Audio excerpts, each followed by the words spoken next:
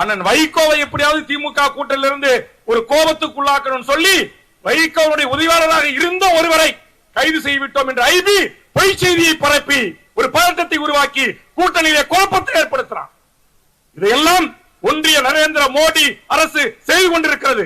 நான் கேட்கிறேன், இந்திய கம்யூனிஸ்ட் தோழர்களும் இங்க மேடையில் இருக்கிற தலைவர்களும் இன்றைக்கு இந்தியாவை சேர்ந்தவர்கள் அமெரிக்காவில் கைது செய்யப்படுவதை விரட்டி அடிப்பதை நாம் கண்டிக்கிறோம். அதே மாதிரி நம் ஈழத்து உறவுகளை ஒன்று நீங்கள் இரட்டை குடியுரிமை கொடுத்து இங்கு வாழ விடுங்கள், அல்லது அவர்கள் தான் விரும்புகிற நாடுகளுக்கு செல்வதற்கான வாய்ப்பை உருவாக்கி தாருங்கள். பாவம், இன்னைக்கு போயிட்டு 2 மாசமா எந்த ஜெயில வச்சிருக்காங்க, எந்த ஸ்டேஷன்ல ரிமாண்ட் பண்ணாங்க, எந்த கோர்ட்டுக்கு கொண்டு போனாங்கன்னு தமிழ்நாட்டு வழக்கறிஞர் பெருமக்கள் அலைய விடுறான். நம்முடைய கியூ பிரான்ச் அதிகாரிகள் வாய் திறக்க மறுக்கிறார்கள்.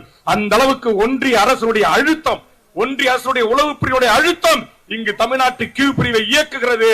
அதற்கு அடிமையாக இருக்கிற RSS சங் பரிவார அதிகாரிகள் ஆட்சி அதிகாரத்திலே உட்கார்ந்து கொண்டு இங்கு தமிழ்நாட்டு அரசுக்கு அவப்பெயரை ஏற்படுத்த, முதலமைச்சருக்கு அவப்பெயரை ஏற்படுத்த, என்னை போன்ற திருமா போன்று வைகோ போன்று புலிகளை அன்றும் ஆதரித்தோம் இன்றும் ஆதரிக்கிறோம் என்று சொல்லக்கூடியவர்களை எப்படியாவது மன உளைச்சலுக்கு ஆளாகணும்.